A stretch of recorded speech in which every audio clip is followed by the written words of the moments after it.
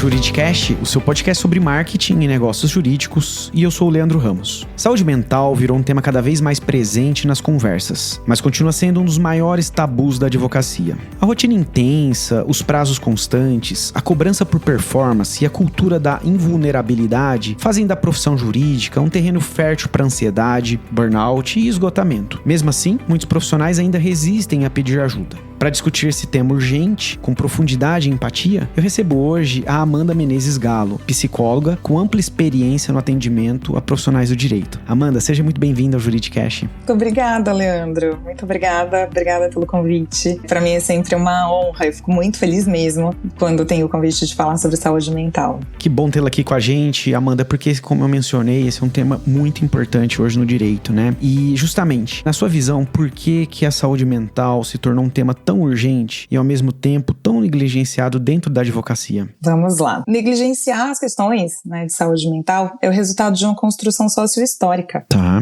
Do que a gente chama, que se ouve, se fala tanto hoje em dia sobre os estigmas. O termo estigma, ele era utilizado para fazer referência a uma marca feita no corpo dos escravos ou de criminosos, para poder diferenciar essas pessoas marginalizadas da sociedade de cidadãos do bem. Então, o estigma é, desde a origem, uma marca, um marcador de exclusão social. E a saúde mental passou a ocupar esse lugar estigmatizado também ao longo da história. Primeiro porque o sofrimento psíquico, Leandro, ele não é visível. Com certeza.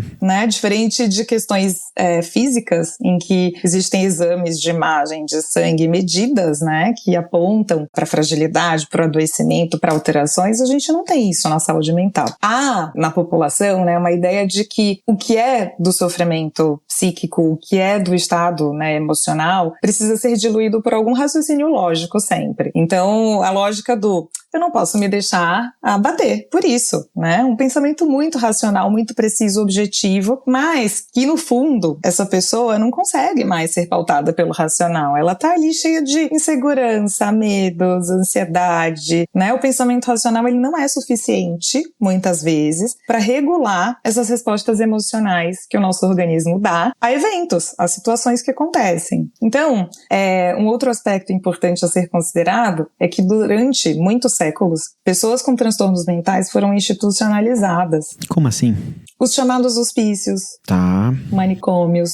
Então, pessoas chamadas de loucas, isso estigmatizou, trouxe uma origem do estigma em relação à saúde mental. A associação da imagem que se tinha desses hospitais, a loucura ao descontrole, muitas vezes associando a falta de fé, fraqueza de caráter, a punição divina até. Isso criou uma cultura também onde pedir ajuda passou a ser um sinal de fracasso, quando na verdade deveria ser um gesto de coragem, O pedir ajuda, o demonstrar, reconhecer a fragilidade. Mas por conta de toda essa história, até hoje pagamos um preço, que é a negligência em relação à saúde mental. Porque só a partir do século XX, com os avanços aí da psicologia, da psiquiatria, da ciências sociais, é que passamos a compreender melhor a área psi, mas ainda assim o estigma permanece, muitas vezes silencioso, disfarçado, mas tá ali, profundamente enraizado, E como que isso impacta as profissões associadas ao direito? Essas profissões normalmente estão muito correlacionadas com a espera de uma postura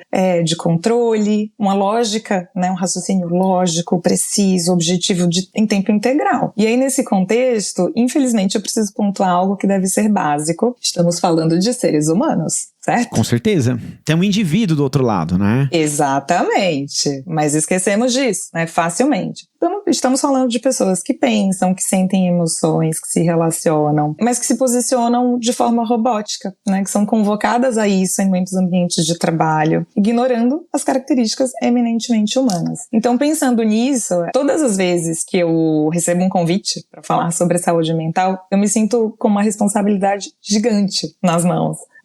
Porque se por um lado é tão satisfatório para mim, por outro eu encaro como um desafio enorme, um esforço de tentar, ainda que sutilmente, conseguir captar a atenção das pessoas. E Amanda, você mencionou, que eventualmente os advogados e advogadas muitas vezes têm uma postura robótica, né? E a grande questão aqui é que a rotina jurídica, ela é marcada por prazos, por conflitos e uma alta responsabilidade, né? Afinal de contas, muitas vezes o cliente contrata um escritório, um advogado, porque ele tem um problema ou quer evitar um problema, né? Nesse contexto, quais são, na sua visão, os fatores que mais pressionam a saúde mental dos profissionais do direito? Olha, alguns.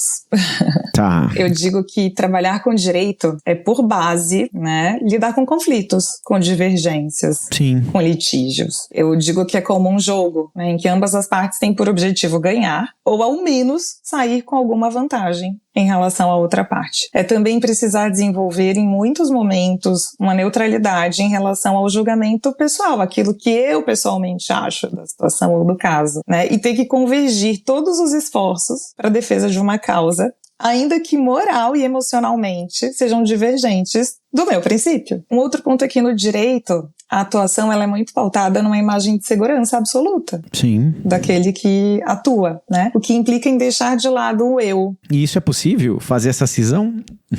É um esforço, né? Mas sabe o que é mais interessante? É que acaba sendo uma dinâmica um tanto automatizada no início. Tá. Né? Eu preciso vestir essa face, né? Para advogar, para poder atuar. Mas com o tempo, isso se torna tão naturalizado que é muito difícil romper, né, essa barreira. E aí essa personalidade construída, ela acaba prevalecendo, né? Em detrimento do eu mesmo, de quem sou eu, né? E aí a gente trabalha dentro do consultório, né, na psicologia, muito desse conflito de quem sou eu no final das contas, além da identidade profissional. E para isso, né, na advocacia se trabalham do ponto de vista psicológico e emocional com duas questões básicas, a inteligência emocional e uma necessidade constante de autorregulação emocional, né? São ferramentas imprescindíveis. E aí, como você perguntou, apesar de que é muito difícil a gente conseguir mensurar e estabelecer os limites entre o controle emocional funcional, saudável, necessário para atuação profissional, que a gente, afinal de contas, assim como na minha profissão, né, no direito, não dá para misturar questões, né, eu não posso me colocar com o meu paciente de forma pessoal, não posso colocar o que eu acho, não é minha competência isso, né, e no direito também. Então, é preciso ter esse limite, sim, né, do que é meu, é saudável conseguir ter esse controle, essa regulação emocional, mas qual é o limite entre essa saúde e uma total desconexão de si, né, uma alienação daquilo que se pensa, daquilo que se sente, é uma ruptura mesmo. E só completando, né, que eu lembrei aqui de um aspecto importante, que é a competitividade entre os escritórios, né. Com certeza. E entre advogados, né? Uhum, exatamente. Então, isso tem, né, sido exacerbado, é uma marca da profissão, é um potente fator estressor,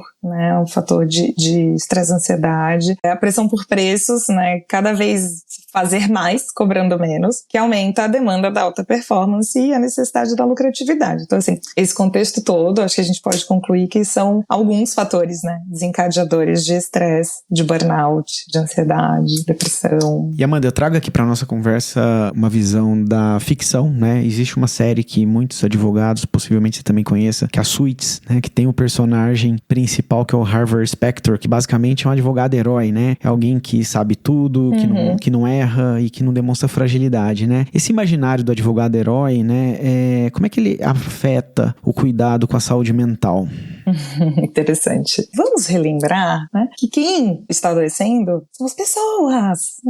Não é o advogado, é o indivíduo, né? A pessoa. Pessoa, né? Então, Leandro, pode ser eu, pode ser você. Enfim, temos, de forma declarada pela Organização Mundial de Saúde, uma pandemia de doenças mentais. Né? De novo, isso quer dizer que, independente de formação, as pessoas são acometidas por isso, né? E pessoas não têm superpoderes. Então essa ideia do heroísmo, né, da potência, onipotência, né, da antifragilidade, né, porque o herói é isso, ele é antifragilidade, isso não é real, né? Então pensar diferente disso já traz um alerta grave. Vamos avaliar a saúde mental de quem está, né, pensando que existe o heroísmo e que existe uma capacidade psíquica, emocional ilimitada para lidar com as demandas de trabalho. Então isso não é possível. E falar sobre saúde ou adoecimento mental não é falar sobre uma temática inventada, definitivamente, né? Mas como eu disse no início, é muito desafiador, porque temos que driblar o tempo inteiro a desinformação, os preconceitos que inviabilizam, né, esses heróis e heroínas de perceberem esse sofrimento psíquico e emocional como algo próximo a si, aos pares e algo relevante. Então, esse é um ponto fundamental. Um outro aqui, assim, as doenças e os transtornos mentais, como chamamos, né, eles dão muitos sinais, Leandro, né? Então, existem sinais. Eu digo que é um processo contínuo e discreto entre o que divide, né, a saúde da doença mental. Então, isso acontece gradativamente. Dá para perceber os pequenos sinais. Eu digo, faço um paralelo com a questão física importante, né, que é um tumor. Quando surge um tumor, ele surge discretamente em alguma região do corpo, né, é detectado ali por um exame ou não, às vezes a pessoa não faz exame e não pega isso inicialmente, mas ele surge discreto, pequenininho, se não for detectado e tratado devidamente, pode ganhar proporções graves. E o que dificulta bastante é a desinformação da população, né, então o fato da população desconhecer e ignorar esses pequenos sinais. Então o resultado disso é péssimo, é como se, mantendo esse paralelo, né, o tumor crescesse, pela desinformação, pelo fato de esses sinais serem ignorados, e aí esses sintomas vão crescendo e eles só são valorizados quando a pessoa já está mais adoecida ou gravemente adoecida, né, com comprometimentos da rotina, da funcionalidade, com aspectos muito claros já da vida ali prejudicados. Então, assim, um ponto fundamental é sobre que, independente, né, do contexto das resistências que existam, a gente não pode desistir de falar sobre saúde mental. E a gente precisa continuar pedindo, né, fortemente, que as pessoas se esforcem para ter uma escuta ativa sobre essa temática. Tanto se fala sobre isso pelo fato de as doenças mentais estarem tão prevalentes. E a gente não está falando do mundo do direito, dos escritórios, do Brasil. A gente está falando a nível mundial, né? Isso não é, de novo, uma temática inventada. Então, a gente está falando de um caminho que também, uma coisa muito séria, importante de ser dita, essa trajetória entre a saúde e a doença mental, ela tem um desfecho, né, muitas vezes, que é a morte. E a morte por opção, né? Isso é muito sério. Como assim, uma morte por opção? Suicídio? A gente está falando aqui de suicídio, né? Não uma morte ocasional, mas uma morte por opção. E por opção decorrente de um sofrimento, né, psíquico-emocional exacerbado, que possivelmente não foi tratado como deveria, né? Porque é fato também que o pensamento de morte, ele passa pela cabeça de mais pessoas do que a gente possa imaginar, né? Isso é uma demanda que a gente percebe no acompanhamento clínico de pacientes em psicoterapia, em acompanhamento psiquiátrico. Mas as pessoas em tratamento, elas conseguem sair,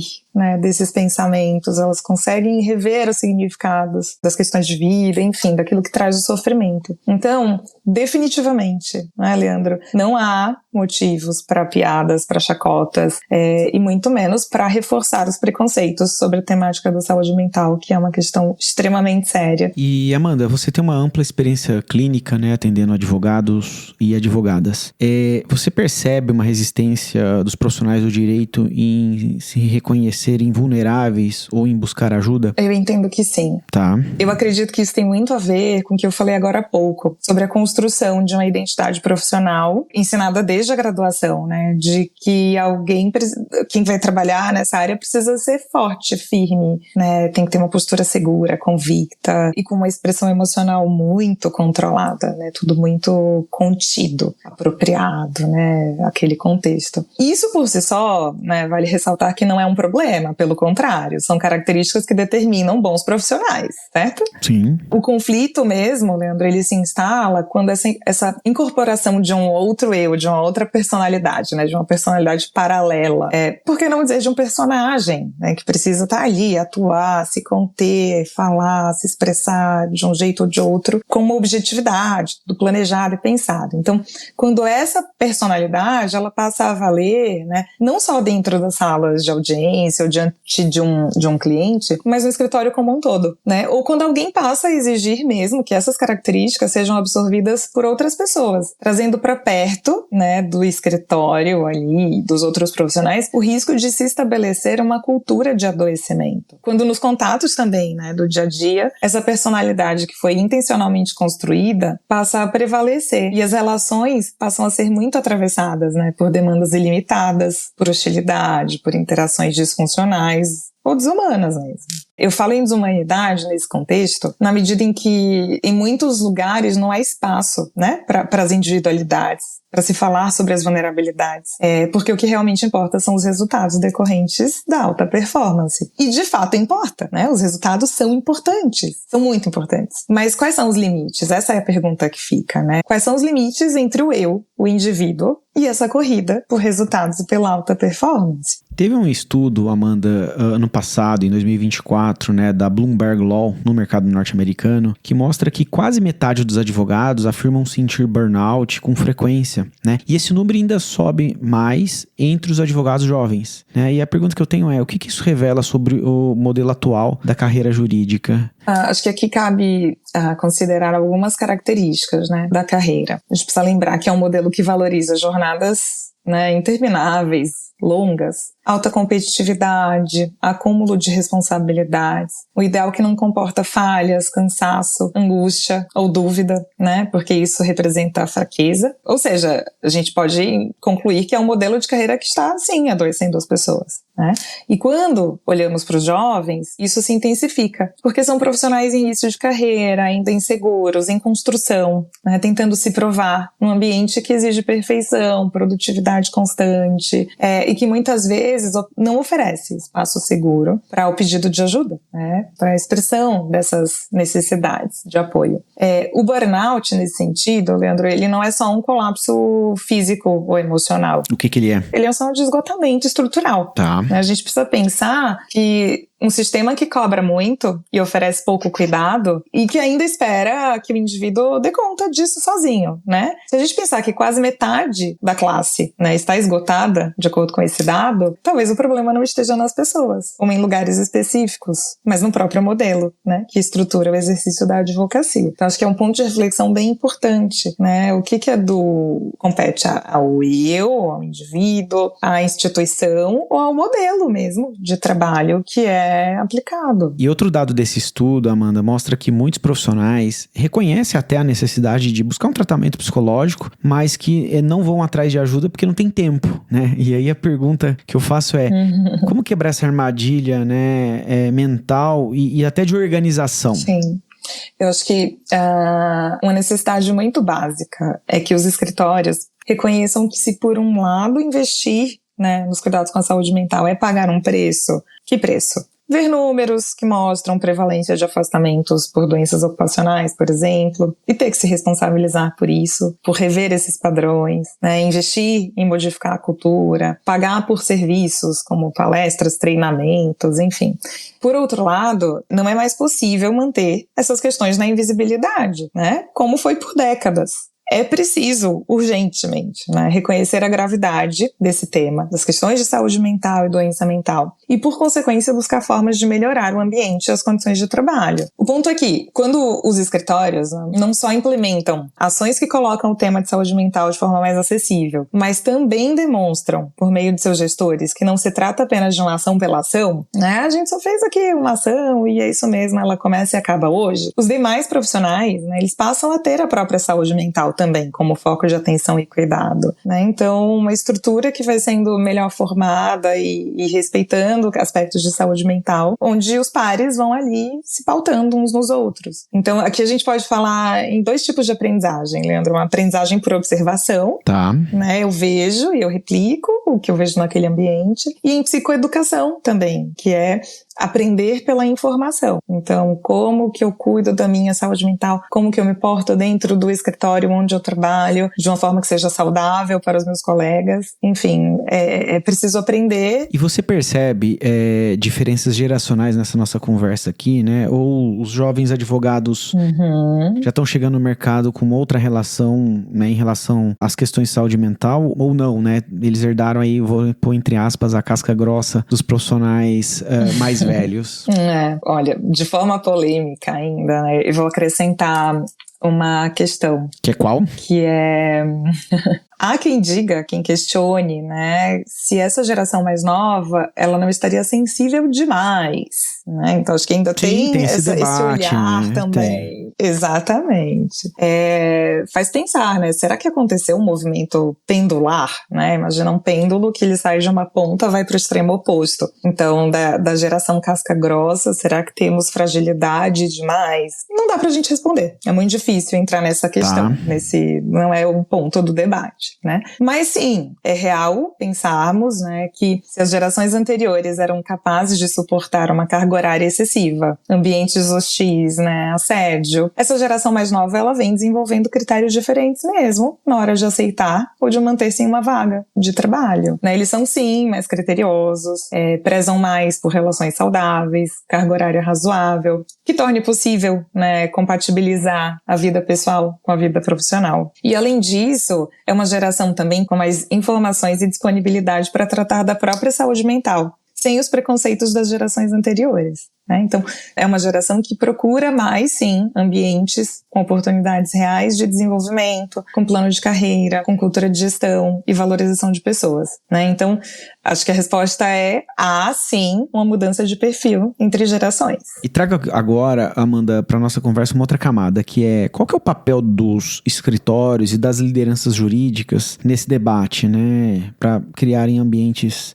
onde a saúde mental seja levada a sério, sem cair no modismo, né? Porque eu acho que também tem um modismo muitas vezes sobre esse tema, ou na superficialidade. Acho que a liderança ela precisa ser o maior exemplo, né, de cultura dentro de um escritório. Quando isso ocorre, enquanto um modelo positivo, né, acontece o que eu gosto de chamar de seleção natural, bem modelo de Darwin mesmo. Então, esse modelo ele se amplia, né, e as pessoas que não se encaixam nesse tipo de movimento de cultura acabam não ficando, não se mantendo nesse ambiente. Promover eventos sobre saúde mental para cliente ver, né, Leandro, que é isso, esse modismo, essa urgência, vamos todos falar sobre saúde mental de qualquer forma, mas isso desprovido, né, de cuidados efetivos que sejam implantados na prática, isso tende a ser uma ação vazia. Né? Temos muitas ações vazias que recaem sim no modismo, na superficialidade, que não promovem de forma efetiva a saúde mental. A gente está aqui falando sobre fatores que levam ao cansaço, estresse, burnout, né, adoecimento mental relacionado aos fatores de trabalho. Mas é preciso lembrar que eficiência, né, e eficácia no trabalho dependem sim de um estado mental e emocional funcional. As habilidades cognitivas, por exemplo, a gente fala de atenção, né, memória, capacidade de planejar, de organizar tarefas, de conseguir criar formas alternativas de resolver um conflito, uma pendência, um trabalho, né? Essas habilidades do cérebro, né? São neuropsicológicas. Elas estão diretamente relacionadas à saúde mental. Então, quando a saúde mental e emocional ela vai bem, a produtividade também vai bem, né? Um dado interessante é saber que profissionais advogados que têm suporte psicológico, acompanhamento psicoterapêutico mesmo, apresentam melhores resultados no trabalho. E aqui cabe lembrar uma observação também, a importância, né, dos ajustes em relação à NR1. Inclui os fatores de riscos psicossociais relacionados ao trabalho, no gerenciamento, né, dos riscos psicossociais é fundamental. Definitivamente, não é mais razoável ignorar os efeitos dos fatores como sobrecarga de trabalho, assédio, por exemplo, né? Então, de forma expressiva, Leandro, eu entendo que a atualização da NR1 ela vem por essa pauta, né? Especialmente nos escritórios que não tiverem essa percepção como um princípio mesmo, né? E um ponto de atenção é que quando a saúde mental de um advogado está comprometida, existem riscos, sim, aumentados de negligência nos trabalhos que são executados. Ou seja, é um risco para o negócio, né? Para o negócio, para o cliente, né? Então, a gente não está falando aqui, né, mesmo definitivamente de mimimi. A gente está falando de questões que impactam globalmente a estrutura dos escritórios, né, de trabalho dos advogados. Muito bom. Amanda, a gente vai caminhando para o fechamento do episódio e como uma pergunta final, para quem está nos ouvindo agora e se sente no limite, qual que é a sua sugestão aí como um primeiro passo possível rumo a uma advocacia mais saudável, humana, e sobretudo como cuidar, né, dessa saúde mental? Ótima pergunta, Leandro. Acho que um ponto de partida, assim, muito básico é ter a atenção mesmo, né? Desenvolver esse olhar, aprender a olhar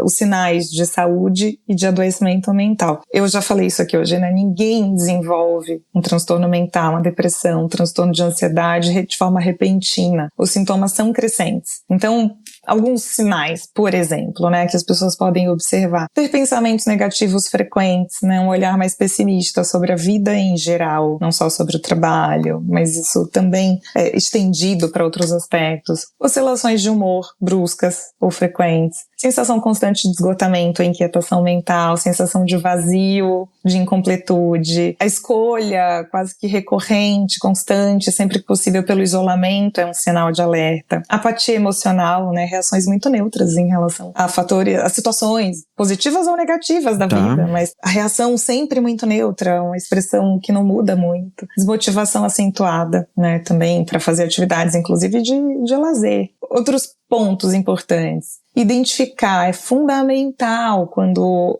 há a percepção, a detecção de que há algum nível de sofrimento mental, é preciso identificar e rever quais são os fatores estressores, os fatores desencadeadores, né? Então, às vezes, é o tempo dedicado ao trabalho, níveis de cobrança ao qual a pessoa está submetida, ou de autocobrança até, né? É importante investir em hobbies, lazer, atividade física regular, é uma prescrição médica, psicológica, né, de todos os profissionais da área de saúde. Ter comportamentos, atenção a comportamentos, né, que possam, isso aqui é bem importante, tá? Prestar atenção em comportamentos repetitivos, né, aquilo que se faz com muita frequência, mas que são comportamentos associados ao excesso. Por exemplo? Ingestão de álcool. Tá. Recorrente em excesso. Comer excessivamente, de forma, muitas vezes, onde passa a percepção de perda de controle. Perdi o controle sobre o que eu como. Jogos, né? O uso de jogos hoje em dia é uma questão importante. Telas, o tempo de telas. Acesso a redes sociais. Então, são comportamentos que eu chamo de excessivos e repetitivos. São comportamentos que, isolada, pontualmente, não representam risco, mas que, repetidas vezes, sinalizam que algo não vai bem, sim. E um último ponto que é fundamental são as questões relacionadas ao sono. Tá. Né, o tempo de sono e higiene do sono. A gente sabe, como falamos aqui, que a advocacia é uma área onde prevalece a pressão, a cobrança. Isso interfere, né, no momento de relaxar, como que depois de um dia super estressante ou previamente é um trabalho muito difícil, como relaxa para dormir fácil. Então,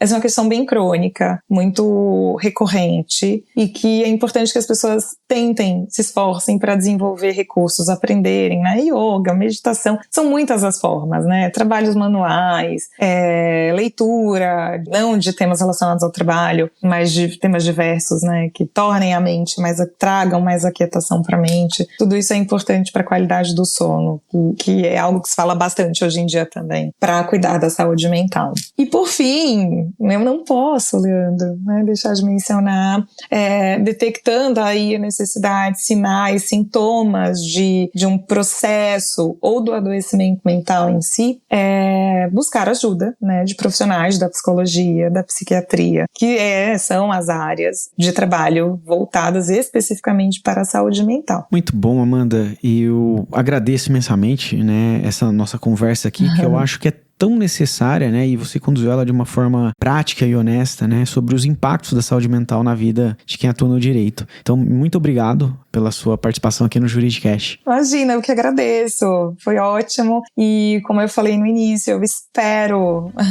fortemente que, de alguma forma, esse nosso bate-papo consiga gerar reflexos, né, impactos positivos em algumas pessoas. Espero mesmo. Obrigada, Leandro. Eu que agradeço. Você ouvinte, se esse episódio te tocou de alguma forma, compartilhe com colegas, sócios e gestores. A mudança começa com consciência e certamente continua com atitude. E o Juridicast volta na próxima quarta-feira, às 7 da manhã, com mais um episódio. Até lá!